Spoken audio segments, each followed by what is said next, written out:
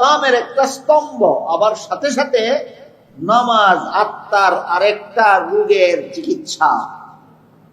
নামাজ একটা ইবাদত, নামাজ ইসলাম ধর্মের একটা স্তম্ভ, সাথে সাথে নামাজ আত্মার আরেকটা রোগের চিকিৎসা।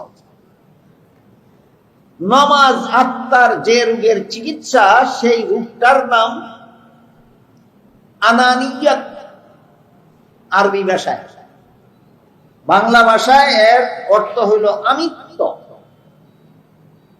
আমি একটা কিছু, আমি বড়, আমি জ্ঞানী, আমি গুণী, আমি বুদ্ধিমান, আমি শিক্ষিত, আমি উত্তম, আমি ভালো, আমি শক্তিশালী, আমি ধন সম্পদশালী।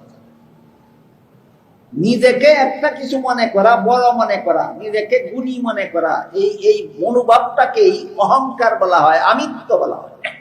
এটা আত্মার 2 নম্বর রোগ, 10টা রোগের 2 নম্বর রোগ। আত্মার এই রূপ যদি প্রাথমিক অবস্থায় থাকে, তাহলে এই রূপটাকে দীর্ঘদিনের জন্য জাহান্নামে নিয়ে যায়। অহংকার নামের যে একটা রূপ আছে আত্মার, এই রূপ যদি প্রাথমিক অবস্থায় থাকে, তাইলে এই আত্মার এই রূপটা মানুষকে দীর্ঘদিনের জন্য জাহান্নামে নিয়ে যায়।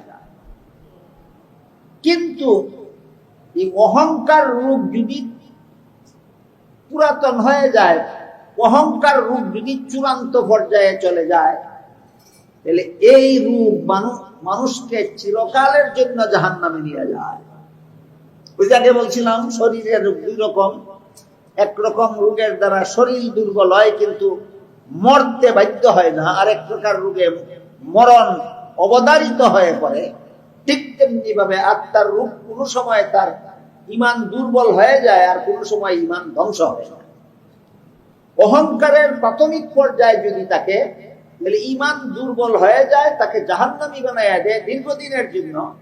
আর অহংকার যদি চূড়ান্ত পর্যায়ে পৌঁছে, তাহলে এই আত্মার অহংকার নামের রূপটা তাকে চিরকালের জন্য বেঈমান বানাইয়া জাহান্নামে ঢুকায় দেয়।